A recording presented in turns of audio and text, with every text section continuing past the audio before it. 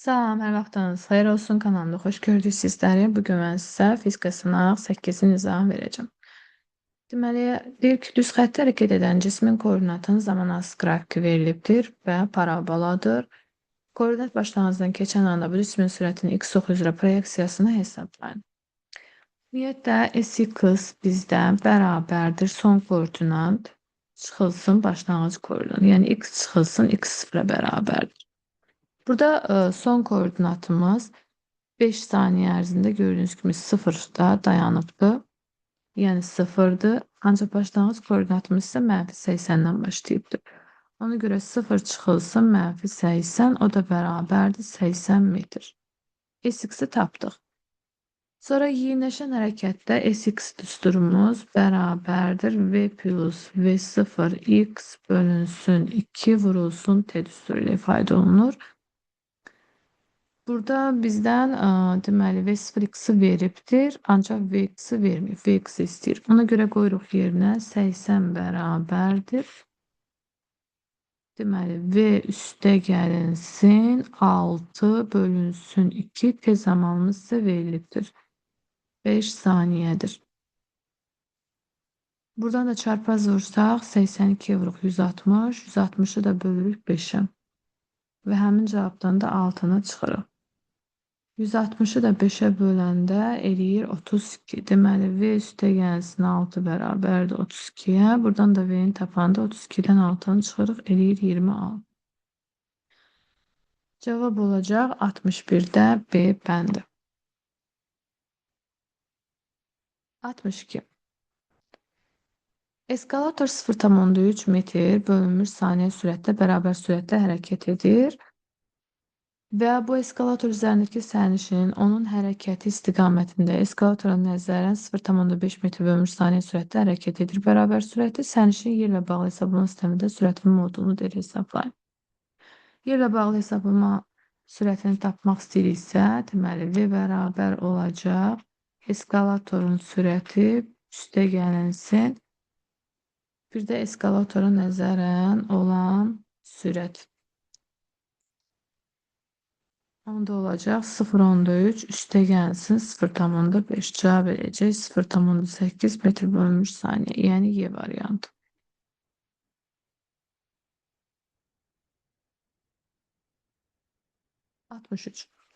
Yerin öz oxu ətrafında fırlanma periodunun zamanın asılı qrafiki verilibdir.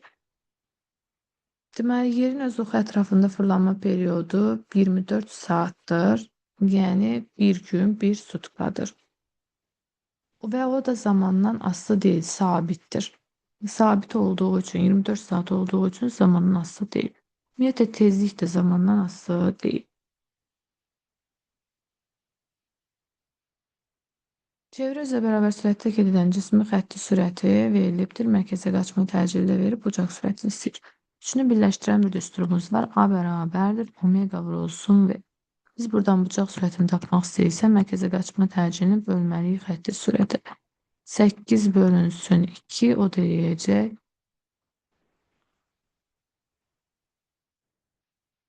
4 radyan bölünmüş saniyə. Yəni cavab olacaq D bəndi.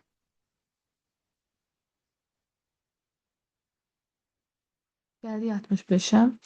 Mayenin kütləsinin həcmindən asılı qrafiki verilibdir. Bizə deyir ki, bu mayenin sıxlığını tapın. Sıxlıq düsturumuz rho bərabərdir, M bölünsün V'dir. Yəni kütlənin həcmi olan nisbətidir.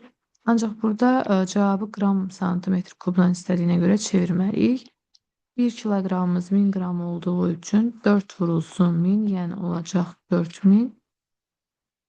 1 litrimizdən 1000 santimetrin kubudur. Bu da olacaq 5000 santimetrin kubu. İxtisarlarımız gedir.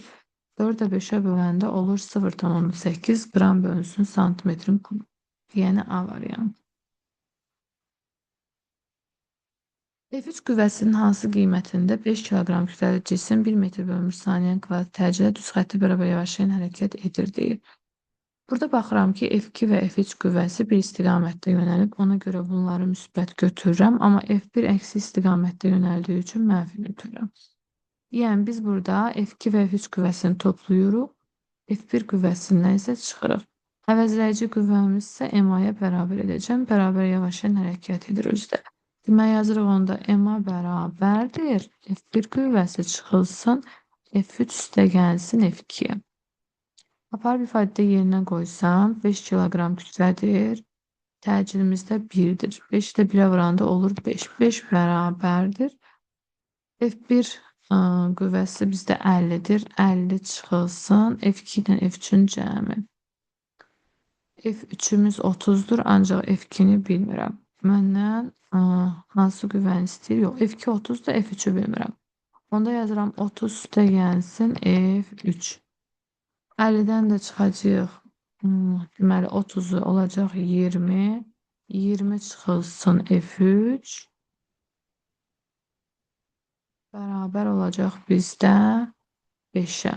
Buradan da F3'ü tapanda 20'dən 5'i çıxırıq. O deyir 15'dir. Yəni cavab olacaq C bəndi.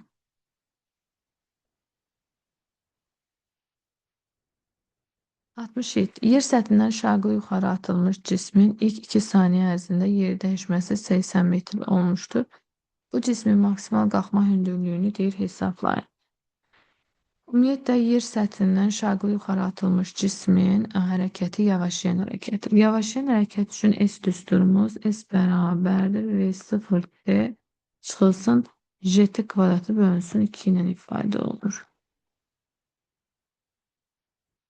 Qiymətləri yerinə qoysaq, onda olacaq 80 bərabərdir.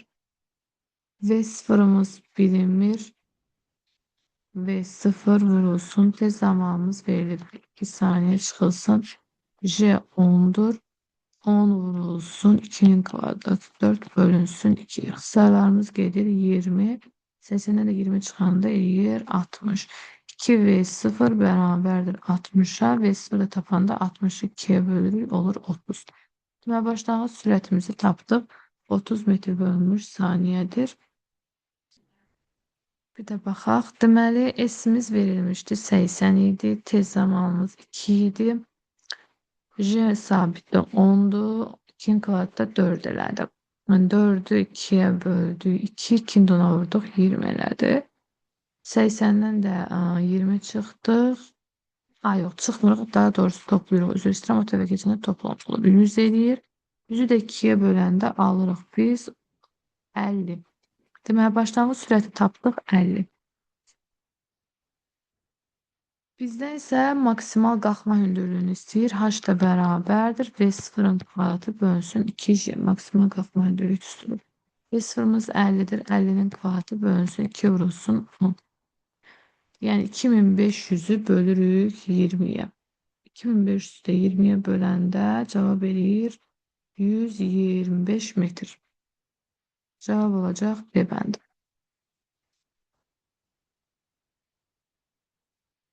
68.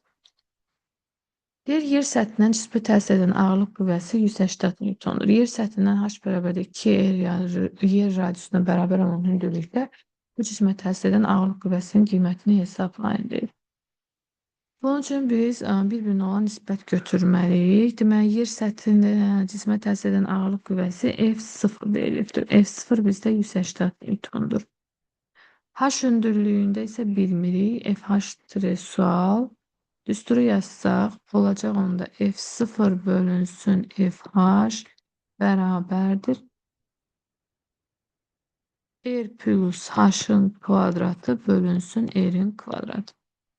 H'ın yerinə 2 radiusu yazsaq, onda 3 olur. 3'ün də kvadratı olur 4. 4 R'in kvadratı daha doğrusu 3 üçün də kvadrat 9 eləyir. Bunlar da ixtisar gedir, qalır 9. Deməli, yer səthindəki olanın H hündürlüyü olan nisbəti 9'a bərabərdir. Yer səthindəki də 180 idi. 180'ı da bölürəm H hündürlüyə bərabər edirəm 9'a. Oradan da H hündürlüyünü tapsaq, 180'ı bölürük 9'a. O deyir 20 Newton. Yəni A variantı.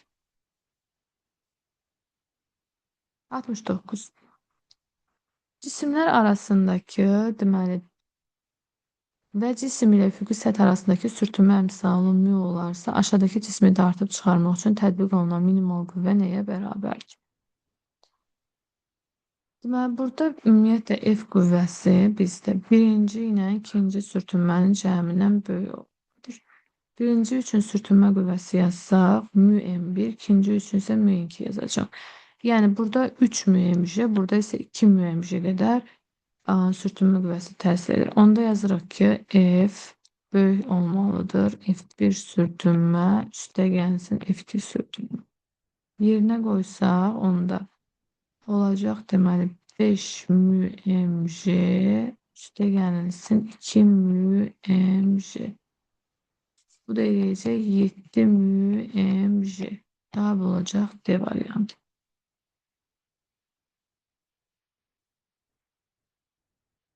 Sərtliyi 400 Newton bölünmüş metr olan çəkisiz yaydan asılmış 2 kiloqram kütləli cisim 2 metr bölünmüş saniyə kvadrat təcrülə şarkı yuxarı istiqamətdə qaldırılır. Yayın uzanmasını hesablayın deyir.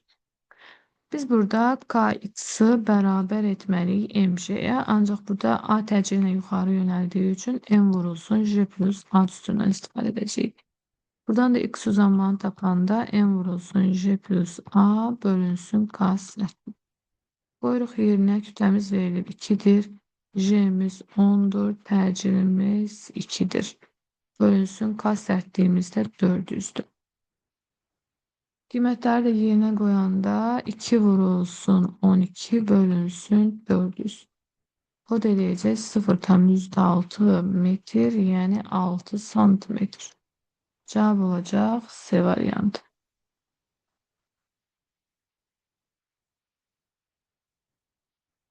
71. Sürüşmə sürtünmə qüvvəsinin modulu deyir cismin səthə göstərdiyi təzyiq qüvvəsinin modulundan 5 dəfə az olarsa, sürtünmə əmsalını hesablayın. Ümumiyyətlə, F təzyiq qüvvəsi bərabərdir μ vurulsun F sürtünmə. Daha doğrusu F sürtünmə bərabərdir μ vurulsun F təzyiq qüvvəsi. Düsturu yazaq ilk öncə. F sürtünmə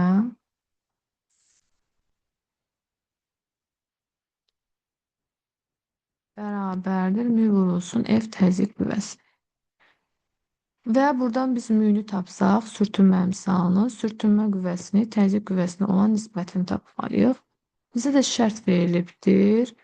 Deyir ki, təzyiq qüvvəsinin modulundan 5 dəfə az olarsa, cismin səthə göstərdiyi təzyiq qüvvəsinin modulundan 5 dəfə az olarsa sürtünmə qüvvəsi.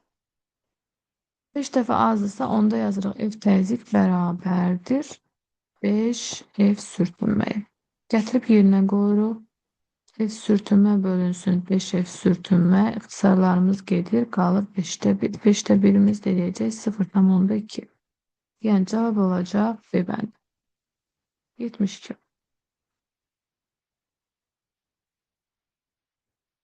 Bir şaquli istiqamətdə aşağı hərəkət edən liftin sürəti modulunun zamanı asılı qrafiki verilibdir. Bu liftdəki sərnişinin çəkisinin zamanı asılı qrafiki deyir hansıdır? İlk öncə qrafikə baxırıq, neçə hissədən ibarətdir? 2 hissədən ibarətdir. Birinci halda bizdə yeyinləşən hərəkətdir. İkinci halda isə düz xətti bərabər sürətli hərəkətdir.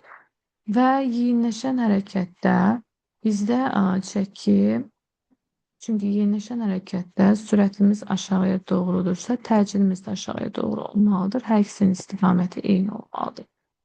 Onda çəki düsturumuz P bərabərdir. M vurulsun J minus A düsturu ilə ifadə olunur. Buna da uyğun olan cavabımız daha aşağıda olacaq. Getdikcə azalır. Y variantı uyğun gəlir. Daha sonra isə sabitdir. Yəni P2 bərabərdir P0'a. O da bərabərdir MJ'yə konstant. Cavab olacaq Y variantı.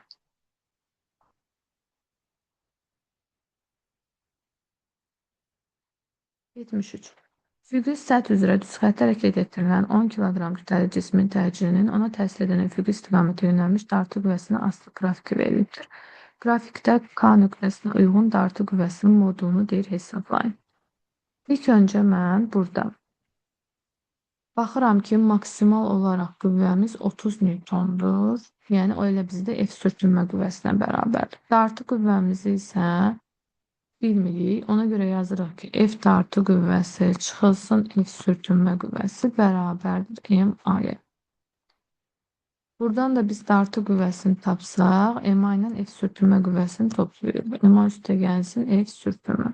Qiymətləri də farq qoyuruq yerinə. M kütləmiz verilibdir 10'dur.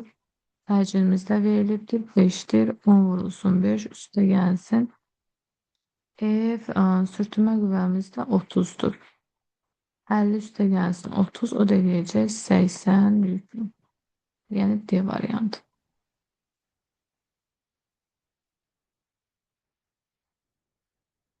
74. Çəkisiz ring tarazlıqdadır. Deyir, T gərilimi 60 Newton olarsa F2 qüvvəsinin qiymətini tapın. Ümumilikdə saysaq da onu 1, 2, 3, 4, 5, 6. 6'dır məsafəmiz. T gərilməyə qədər olan məsafəmiz 2'dir.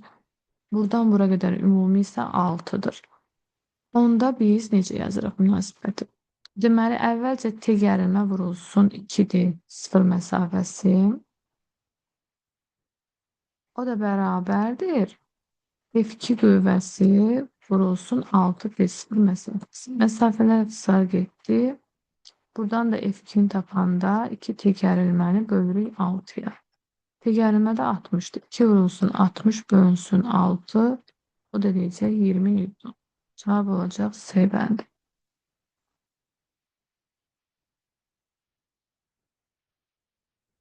75.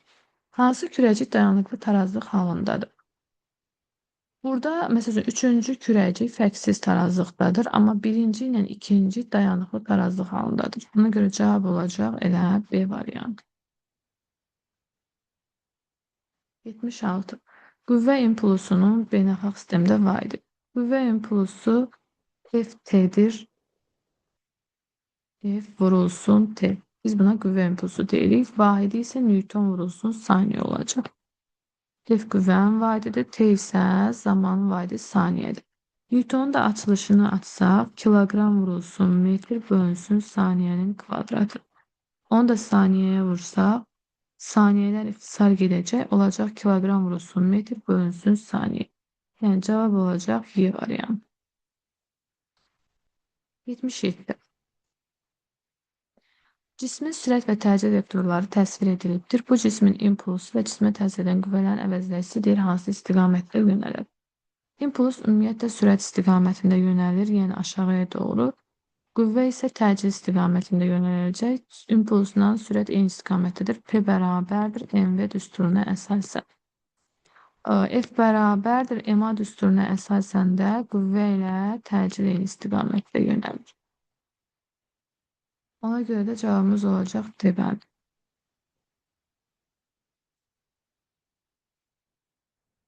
78. Cismin impulsunun modulunun zamansız qrafiki verilibdir. 1, 2, 3 nöqtələrin uyğun əvəzləyici qüvvələrin modulları arasında hansı münasibət doğrudur deyil. Deməli, əvəzləyici qüvvələr arasında münasibətdən əvvəlcə biz qüvvə impulsunun olan üstünlüyü yazırıq. Yəni F delta P bizdə bərabərdir delta P-yə.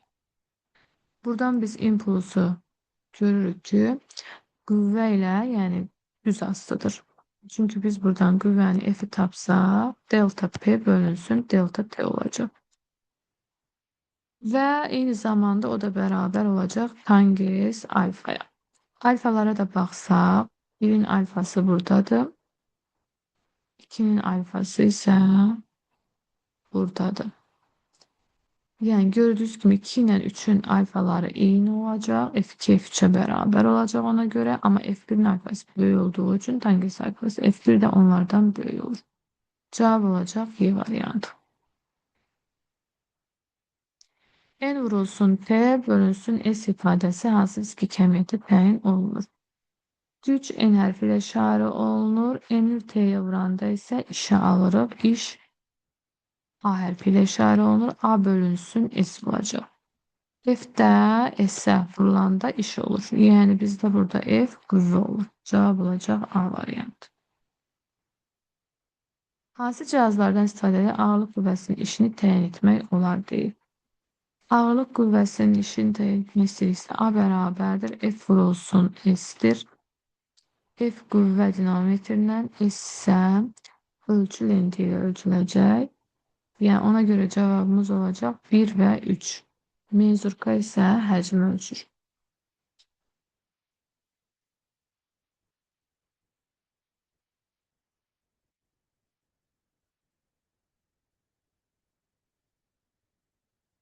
Yalnız sabit sürtünmə qüvvəsinin təsirlə düz xətt hərəkət edən cismin kinetik enerjisinin sürtünmə qüvvəsinin işindən asılı qrafiki deyil hansıdır? A bərabərdir delta YK kinetik enerjinin dəyişməsinə. Kinetik enerjinin də dəyişməsi YK çıxılsın YK sıfırla təyin olunur. Buradan da YK'nı tapsaq, A üstə gəlsin YK sıfır olur. Bizdən də kinetik enerjinin A'dan asılı qrafikini istəyir. O da xəttdə azalan olacaq. Yəni yavaş ilə hərəkət edəcək. Cavab olacaq Y variantı. Yəni Y kinetik bizdə bərabərdir. YK sıfır çıxılsın A. Xəttdə azalan. 82.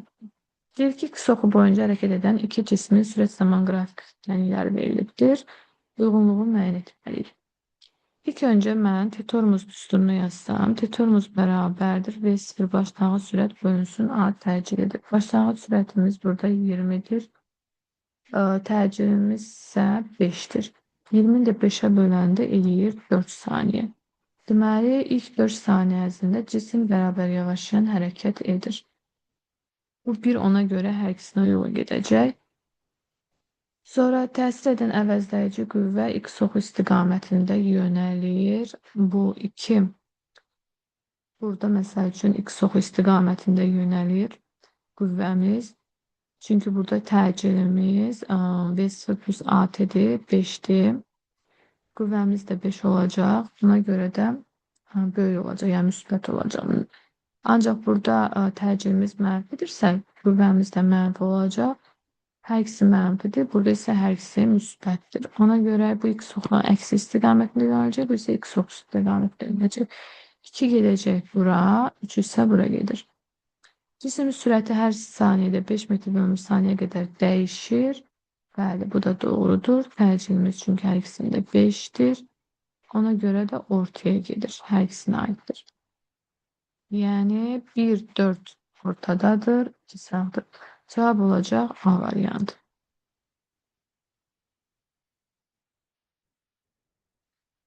53. Açar sözlərdən istifadə edərək ardıcılığı tamamlamalıyıq.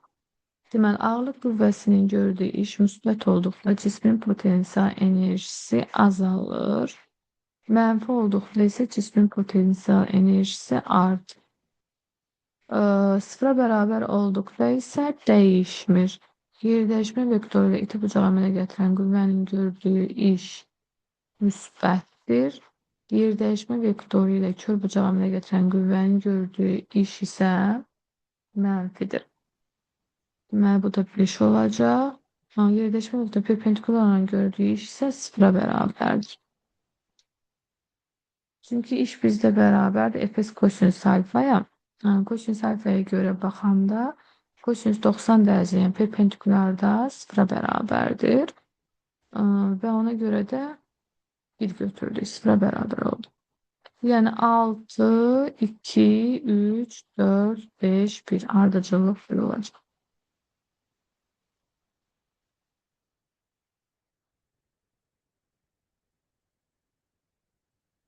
Qatar 60 km yolu 1 saat, sonraki 240 km ise 3 saat ərzində getmişdir. Bütün yolda qatarın orta sürətini hesablayın.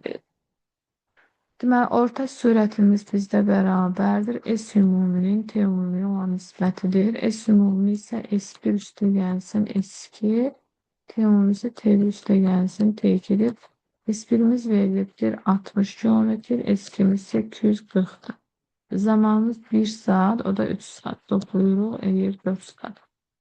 Yəni 60 ilə 240'ı toplayanda eləyir 300, 300'ü də 4'ə böləndə alırıq 75 km bölünmüş saat.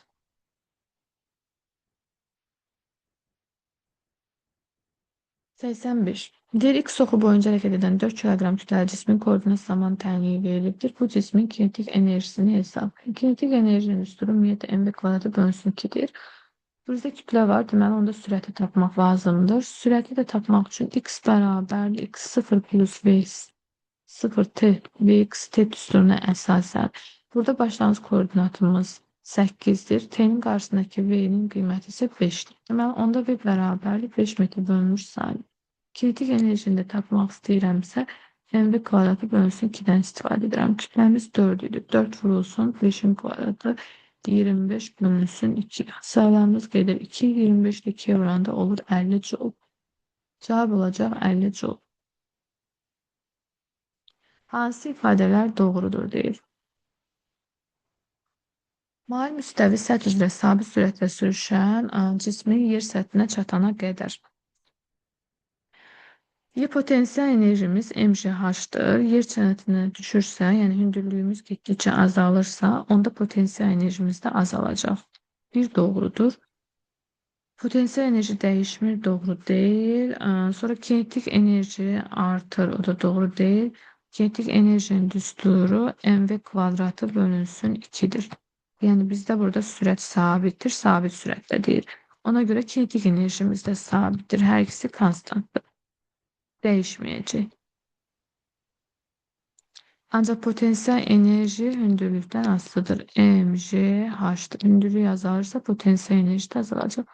Deməli 1, 4 tam mexaniki enerji deyir azalır. Bəli, bu da doğrudur. Çünki tam mexaniki enerji kinetik enerji ilə potansiyel enerjinin cəmidir. Əgər kinetik enerji sabitdirsə, potansiyel enerji azalırsa, tam mexaniki enerji də azalacaq. Amma yox, biri artıb, biri azalsaydı, onda dəyişməz olaraq götürərdik. Yəni cavabımız oldu 1, 4, 5. Uyğunluğu müəyyən edin deyil. Baxaq. Burada gördüyünüz kimi F qüvvəsi ilə V sürəti eyni istiqamətdədir. Ağırlıq qüvvəsi də həmişə aşağıya doğrudur. Deməli deyir ki, F qüvvəsinin gördüyü işin zamanı asılı qrafiki. Birinci halda cavabımız olacaq deməli D variantı. Artacaq getdikcə müsbət olacaq. Amma ağırlıq qüvvəsinin gördüyü iş perpendikülər olduğu üçün F qüvvəsinə burada eyni istiqamətdədir. Burada isə perpendikülər. Ona görə gördüyü iş 0 olacaq. T oxu üstlərində olacaq. 2 uyğun olacaq C. Sürtünmə qüvvəsi isə hərəkətin əksinə yönəldiyi üçün onda artıq mənfi olur. Yəni aşağıdan başlayacaq. Cavab olacaq 3'ə də A.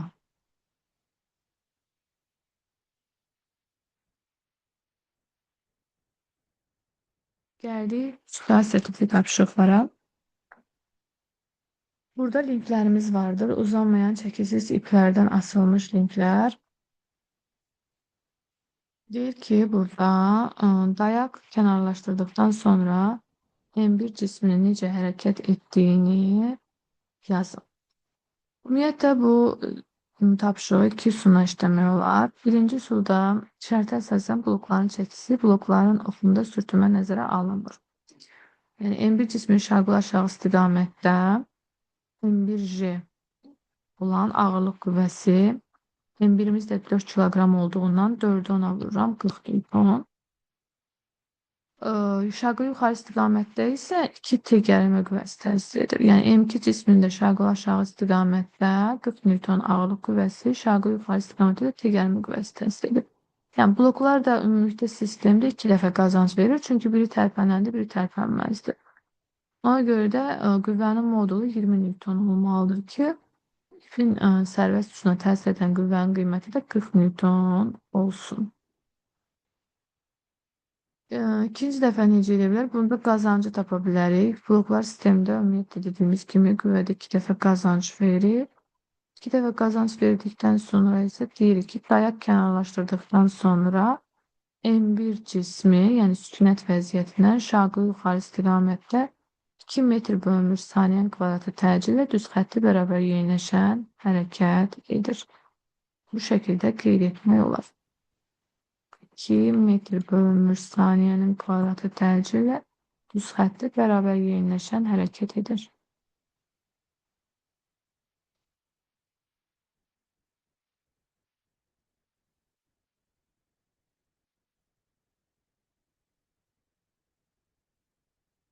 Bir dayak kenarlaştırdıktan sonra ilk 2 saniye ərzində sonra M1 cisminin getdiyi yolu tapın.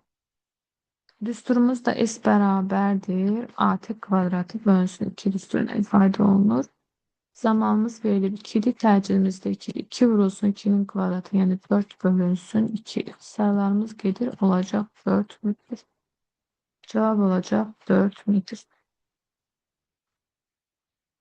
90 dayak kenarlaştırdıktan sonra ilk 2 saniye ərzində M2 cisminin kinetik enerjisinin zamanası grafikini çəkin.